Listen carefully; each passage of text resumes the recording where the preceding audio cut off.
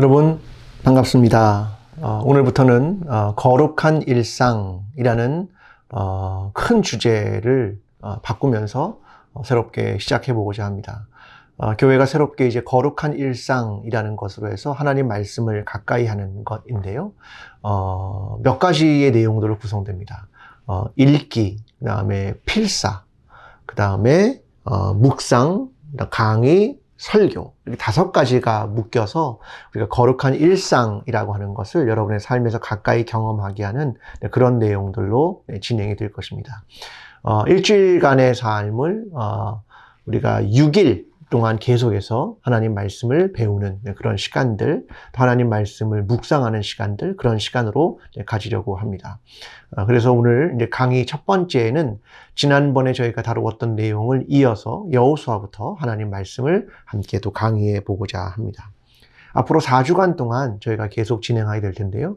6장씩 저희가 진행을 하되 첫 번째에는 여호수아에 대한 계관에 대한 이야기를, 두 번째는 여호수아의 인물에 대한 이야기를, 세 번째는 헤렘이라고 하는 것에 대한 이야기를, 네 번째는 땅에 대한 이야기를 여러분과 함께 조금 나누면서 여호수아 전체를 이해하는 데 도움이 되고자 합니다. 자, 지난 시간까지는 우리가 이제 필사했던 내용들을 보면 율법서의 내용까지를 다 마쳤습니다. 오늘부터는 여호수아를 시작하는데, 여호수아서부터는 사람들은 역사서 이렇게 설명을 합니다. 근데 원래 히브리 성경은 이것을 역사서라고 구별하지 않습니다. 그러니까 구분하는 방법에선 예언서라고 시작을 합니다. 예언서 중에도 전기 예언서라고 설명을 합니다. 그래서 여기에 보면 사사기, 사무엘상하, 열왕기상하 이런 내용들을 전기 예언서라고 이야기합니다. 그러니까 예언자들이 그 역사를 기록한 것인데, 후대 사람들이 내용을 보니까 내용상 역사다. 그래서 역사서로 분류를 하게 됐고요. 그래서 이후에 룻기도 붙이게 되고, 사무엘서, 그 다음에 역대상하, 에스라, 느헤미야, 에스더, 또 열왕기상하 이런 것들을 붙이면서 거기를 이제 역사서라고 하는 것으로 내용상 묶은 것이 사람들이 이것을 이해하기 위한 방법이었습니다. 중요한 것은 이것을 기록한 사람들이 가나안 땅에 들어간 이후부터 바벨론 포로까지의 역사를 기록했지만, 과연 그 속에서 하나님의 뜻이 무엇이었는가, 이것을 찾아가는 과정이었다는 겁니다. 그리고 그들이 그러한 역사를 기록할 때 중요한 사관이라는 게 있습니다. 그건 우리가 지난번에 배웠지만 신명기의 사관이라고 하는 것이 되게 중요한 관점으로 등장을 합니다. 그러니까 하나님 말씀을 따랐을 때 너희는 복을 받고, 하나님 말씀을 가까이 하지 않았을 때 너희는 심판을 받게 된다. 이것이 신명기 사관입니다. 그러니까 이러한 역사들은 대부분 이런 사관에서 기록이 되었다라고 하는 것을 이해하는 것이 중요할 것 같습니다. 자, 그러면 여호수아서의 내용은 보다 구체적으로 들어가면 이렇습니다. 어떻게 가나안 땅을 얻게 되었는가, 그 역사를 설명하는 것이 여호수아라고 하는 이 책입니다. 세 부분으로 이루어지는데요. 1장부터 12장까지의 내용은 가나안 땅의 점령에 대한 얘기고, 13장부터 21장까지는 땅의 분배, 그리고 22장부터 24장까지는 세겜 언약이라고 하는 것으로 나누어지는 것이 바로 여호수아 전체의 내용입니다. 여호수아 전체를 보면 가나안 땅을 점령하는 내용인데요. 먼저는 이제 중부 지방을 먼저 점령하게 되고, 그다음 남부 지방, 그다음 북부 지방, 이런 순서대로 점령을 해 갑니다. 근데 여호수아 때에 사실 모든 땅을 다 점령한 것은 아니었다라고 하는 것을 이해하는 것과, 또 하나는 점차적으로 점령해 갔다. 이것이 하나님의 본래의 뜻이었습니다. 근데 이러한 땅의 점령에 있어서 중요한 건 뭐냐면 하나님과의 약속이었습니다. 그러니까 하나님이 우리에게 이 땅을 주시겠다고 약속했다라고 하는 것이 중요하고요. 또 하나 중요한 것은 하나님의 신실함입니다. 그 약속을 하신 하나님이 신실한 하나님이다라고 하는 거죠. 그래서 그들은 가나안 땅을 얻게 되었다라고 하는 것이 중요합니다. 여호수아를 가만히 보면 대부분 전쟁에서 성공한 이야기를 담고 있습니다. 대부분은 승리한 전쟁에 대한 이야기를 담고 있고 때로는 실패한 것을 조금은 담고 있는 내용입니다. 그러면서 과연 여호수아라는 인물은 누구였는가? 이것을 함께 또 보여주고 있습니다. 그러면서 땅을 어떻게 얻게 되었는지, 어떻게 전쟁을 치렀는지 이런 내용을 담고 있는 것이 여호수아서 전체의 내용이라 하겠습니다. 자, 먼저 여호수아 1장은 모세가 죽은 후에 이렇게 시작을 하고 있습니다. 리더십의 교체입니다. 그러니까 모세라고 하는 출애굽을 이끌었던 리더십이 이제 여호수아라는 새로운 리더십으로 전환되었다라고 하는 거죠. 원래 여호수아의 이름은 호세아라는 이름입니다. 호세아는 구원이라는 말이고요.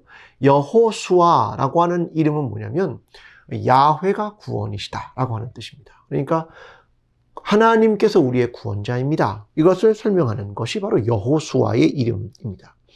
하나님은 그에게 요단강을 건널 것을 명령하시면서 강하고 담대하라 이렇게 말씀해 주셨습니다. 근데 여기에 중요한 조건이 하나 있는데요. 여호수아서를 이끌고 가는 내용입니다. 여호수아 1장 8절입니다. 이 율법책을 내 입에서 떠나지 말게 하며 주야로 그것을 묵상하여 그 안에 기록된 대로 다 지켜 행하라. 그리하면 내 길이 평탄하게 될 것이라 내가 형통하리라. 이렇게 약속하고 있습니다. 자, 이건 뭐냐면 신명기 사관을 그대로 보여줍니다. 내가 하나님의 말씀을 내 입에서 떠나지 말게 하고 그것을 묵상하여라. 그러면 내 길이 평탄하고 형통하게 될 것이다. 이것을 아주 명확하게 보여주는 겁니다. 우리가 지금 하고 있는 이제 거룩한 일상이라고 하는 것, 그것 자체는 뭘 하고 싶은 거냐면 하나님의 말씀을 우리의 일상의 삶 속에서 그대로 심는 겁니다. 그래서 그대로 행하는 것, 그러한 삶, 그렇게 살아가는 우리의 일상이 거룩해져야 한다. 이것을 의미하는 것이 아니겠습니까? 다른 방법이 없기 때문에 그러한 겁니다. 저와 여러분이 그렇게 묵상하는 삶을 살아야 함을 여호수아가 바로 보여주고 있습니다. 자, 이제 여호수아는 백성의 지휘관들에게 이제 명령을 합니다. 먼저는 3일 후에 요단강을 건널 것이니까 준비해라. 또 하나는 르우벤과 갓과 므낫세 반 지파, 절반이라는 말입니다. 요단 동편에 먼저 땅을 얻었던 지파들이 먼저 나와서 너희가 이 전쟁에 다른 지파 등이 땅을 얻는데 함께 참여해라. 이 이야기를 하면서 이제 전쟁을 준비하는 것이 여호수아 1장의 내용입니다. 여호수아 2장은 여리고성에 이제 정탐꾼을 보내게 됩니다. 근데 그들이 여리고성에 가서 묵었던 곳은 라합의 집이었습니다. 창녀인 라합의 집이었는데요. 왕이 보낸 사람들이 누가 새로운 사람들이 왔다는 소식을 듣게 되고요. 정탐꾼이라는 사실을 알게 됩니다. 그래서 이제 라합의 집에 갔는데 이미 떠났다 이렇게 얘기해 줍니다. 사실은 정탐꾼들을 아마라고 하는 것 속에 단 밑에 숨기게 됩니다. 라합은 이 정탐꾼들에게 하나님께서 이 성을 주셨다라는 것을 이야기해 주고요. 또 온 여리고 성에 사는 사람들이 두려움 가운데 있다라고 이야기를 합니다. 그러면서 나는 천지를 지으신 분이 하나님임을 믿습니다. 그러니까 이방인이 하나님을 믿는다고 하는 놀라운 고백을 한 사람이 바로 이 라합이라는 여인입니다. 그러면서 내가 당신들을 선대했으니 당신도 내 가족을 살려달라고 이야기하면서 이제 둘 가운데 언약을 맺게 됩니다. 붉은 줄을 창문에 묶어놓으면 그 집에 있는 사람을 살려주겠다라고 약속을 하게 됩니다. 자, 중요한 건 이런 겁니다. 가나안 여인이었던 라합, 그녀의 믿음이라고 하는 것, 그 믿음은 온 세상을 만드신 분이 하나님이다 라고 하는 것을 이방의 여인이 믿었다라고 하는 사실, 그리고 언약이라고 하는 것과 구원이라고 하는 중요한 개념을 설명하는 것이 2장의 내용입니다. 자, 여호수아 3장에 가면 이제 이스라엘 백성이 시딤에 진을 쳤는데 이제 요단강 주변으로 이제 옮기게 됩니다. 3일이 지나면 도하할 것이다 이렇게 이야기하죠. 근데 어떻게 하냐면 제사장들이 먼저 언약궤를 어깨에 맵니다. 그리고 선두에 서고요. 그 뒤에 사람들이 서는데 약 900m 정도의 거리를 두고 가게 됩니다. 근데 문제는 이런 거죠. 강을 건너는 데 있어서 이 강이 문제입니다. 이 요단강인데요.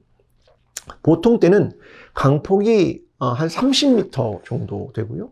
수심은 한 3m 정도가 되는 강인데 지금 이 시기가 물이 넘치는 시기, 물이 굉장히 많아지는 그런 시기라는 거죠. 그렇게 되면 강폭이 거의 200m가 되고요. 수심은 45m까지 내려간답니다. 그런데 이 강을 건넌다라고 하는 것을 이야기하는 겁니다. 자, 과거의 조상들은 홍해를 건넜죠. 이 바다를 건넜던 일이었습니다. 자, 그러니까 지금 조상들은 홍해를 건넜고 지금 요단강 앞에 서 있는 여호수아와 이스라엘 백성은 요단강을 건넙니다. 둘 다 물을 건너는 거거든요. 원래 히브리라고 하는 이 말의 뜻 중에 하나는 뭐냐면 강을 건넌 사람들이라는 뜻이 있습니다. 자, 이 강은 원래 아브라함이 이 유프라테스 강을 건넌 그 이야기로부터 출발하는데 사람의 삶이 이 강을 건너는 일에 대한 얘기를 계속합니다. 예를 들면 우리가 세례를 받는 것도 역시 내가 새로운 곳으로 간다는 것을 의미하는 그런 말하고 대단히 유사합니다. 옛 자아가 죽고 새로운 자아로 새로운 삶으로 생명으로 나오는 것하고 같은 것을 의미하는 겁니다. 이런 얘기입니다. 앞을 가로막는 환경, 상황을 넘어서 하나님께서 인도하신다. 이걸 보여주고 싶은 거죠. 그러니까 하나님이 우리의 앞을 가로막는 요단강과 같은 굉장한 물이 있을지라도 그걸 건너게 하시는 분은 하나님이야. 이걸 경험하게 하는 거죠. 또 하나는 이런 겁니다. 너희가 역사 속에서 알게 되었던 너희의 부모의 세대가 경험했던 홍해를 건넌 사건은 과거의 역사나 과거에 있었던 한 사실을 귀로 들었던 것에서 끝나는 것이 아니라 오늘 너희의 삶에서도 그대로 이루어지는 거야. 이걸 보여주는 대단히 중요한 사건입니다. 이것이 신앙에 있어서 그들을 새롭게 하는 일이었을 겁니다. 자, 이제 여호수아 4장으로 가면 이렇습니다. 이제 요단을 건넌 이후에 여호수아는 명령 하나 내립니다. 뭐냐면 제사장들이 발로 딛고 섰던 그 요단의 강바닥에 있던 12개의 돌을 건져다가 그들이 처음 묻게 되는 장소로 옮겼다는 거예요.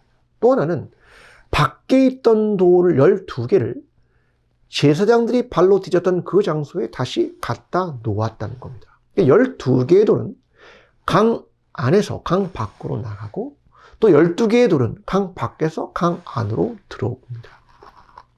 굉장히 많은 생각을 하게 하죠. 어떤 것이 새롭게 부활되는 것과 어떤 건 때로 죽어가는 것, 죽음과 부활에 대한 이야기를 하는 것 같습니다. 근데 더 중요한 건 이런 겁니다. 기억이라고 하는 겁니다. 자녀들이 만약 이 밖에 있는 12개의 돌을 보고 아버지 이것이 무슨 의미입니까? 라고 묻는다면 너희는 요단강을 마른 땅으로 건넜다라고 하는 그것을 자녀들에게 알려주어라. 자녀 세대가 이 사실을 기억하게 하여라.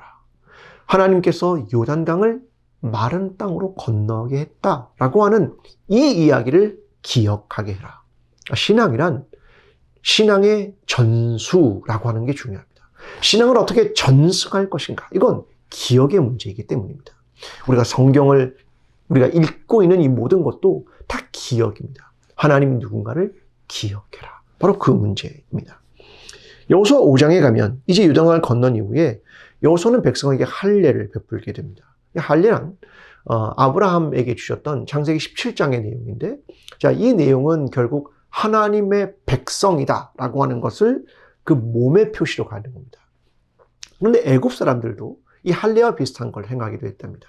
이스라엘 백성은 400년이나 살았기 때문에 거기서 할례를 받은 사람도 있지 않았겠습니까? 그런데 그런 것이 아니라 이제 하나님의 백성임을 명백하게 하는 증거를 몸에 갖는 이 의식을 행하게 한 것이었습니다. 그러니까 너희들은 출애굽한 2세대이기 때문에 이제 새로운 하나님의 백성이라고 하는 걸 명확하게 하는 건데요. 애굽에서 살았던 그 연장선을 끊어내는 겁니다. 너희가 세상에서 살았던 옛 자아들을 끊어내는 일을 이 할례를 통해서 하게 되는 겁니다. 그러면서 수치를 굴러가게 했다. 이런 표현을 하게 되는 겁니다. 그래서 그들이 묵었던 장소를 그곳을 뭐라고 하냐면 길갈이라고 말합니다. 원래 할례란 내 가능성의 제거이고요. 하나님의 은혜만으로 가능하다. 이것을 보여주는 중요한 의식이 바로 할례였습니다. 또 하나는 그들이 그곳에서 이제 유월절을 행하게 됩니다. 그 절기가 되었기 때문이죠. 그런데 그러면서 만나가 그치게 됩니다. 이 말은 광야의 삶은 끝났다. 이제 너희는 가나안 땅에 들어왔고 거기선 새로운 삶, 이제는 양식이 달라지고 가나안 땅의 소산을 먹게 되는 것. 그것으로 가나안 땅의 새로운 삶의 시작, 이것을 알리는 일이 벌어졌습니다. 여호수아는 또한 군대 장관을 만나게 됩니다. 모세가 말한 것처럼 내가 선 곳은 거룩한 땅이니 내 발에서 신을 벗으라. 이 이야기를 해주면서 하나님의 종으로서 살아가는 그의 삶을 새롭게 하시는 일이 여기에 등장합니다. 자, 여호수아 6장은 가나안의 첫 성인 여리고성을 점령을 시작합니다. 여리고 백성들은 이미 두려움에 차 있었고요. 하나님은 이미 여리고를 주겠다고 약속을 하셨습니다. 이스라엘 백성에게 6일 동안 하루에 한 바퀴씩 성을 돌라고 하고요. 7번째 날은 7바퀴를 돌게 되고요. 제사장들은 양각 나팔을 불고 백성도 함께 여기에 참여하게 됩니다. 그리고 마지막에 함성을 부를 때 결국 여리고성이 무너집니다. 하나님은 여리고성을 진멸해라 이렇게 말하는데 그걸 바로 헤렘이라고 말합니다. 모든 것을 다 죽이는 것인데요. 이 헤렘이라는 말은 보통 여호와께 바치다라고 합니다. 자, 이 헤렘을 가나안 땅에서 계속 행하게 되는 거죠. 오직 라합과 그의 가족을 구원하셨다라고 하는 일을 여기에서 설명합니다. 그러면서 여리고성을 재건하는 일에 대한 저주를 하십니다. 그러니까 완전한 진멸을 의미하는 거죠. 열왕기상 16장 34절에 보면 이 여리고성을 재건하는 사람의 이야기가 등장합니다. 근데 예언은 이거죠. 재건할 때 첫째와 막내가 죽는다는 거죠. 완전히 무너뜨리라는 거죠. 잘못된 종교와 사상과 행동을 하나님이 완전히 무너뜨리는 것에 대한 것을 말씀하시는 겁니다. 왜요? 그것이 살아있다면 또다시 어떠한 일이 벌어질지가 너무나 보이는 겁니다. 하나님은 우리가 세상적으로 가졌던 모든 것들을 다 진멸하고 새로운 거룩함으로 살아가는 것. 마치 이전에 우리의 삶이 요단강에서 완전히 수장되고 새로운 생명으로 거듭나는 것과 똑같은 것을 설명하고 있는 것입니다. 오늘 저와 여러분이 이번 한 주간을 살아가면서 내가 내 안에 죽어야 하는 것은 무엇인지, 또 내가 새롭게 거듭나야 하는 것은 무엇인지, 이전의 세상의 것들이 완전히 진멸되고 하나님께서 원하시는 새로운 생명으로 나아가는 것, 그것이 무엇인지를 하나님의 말씀을 통해서 깊이 있게 묵상하게 되는 저와 여러분의 한 주간의 삶이 되기를 간절히 기도합니다. 오늘 이것으로 모든 강의를 마치겠습니다. 감사합니다.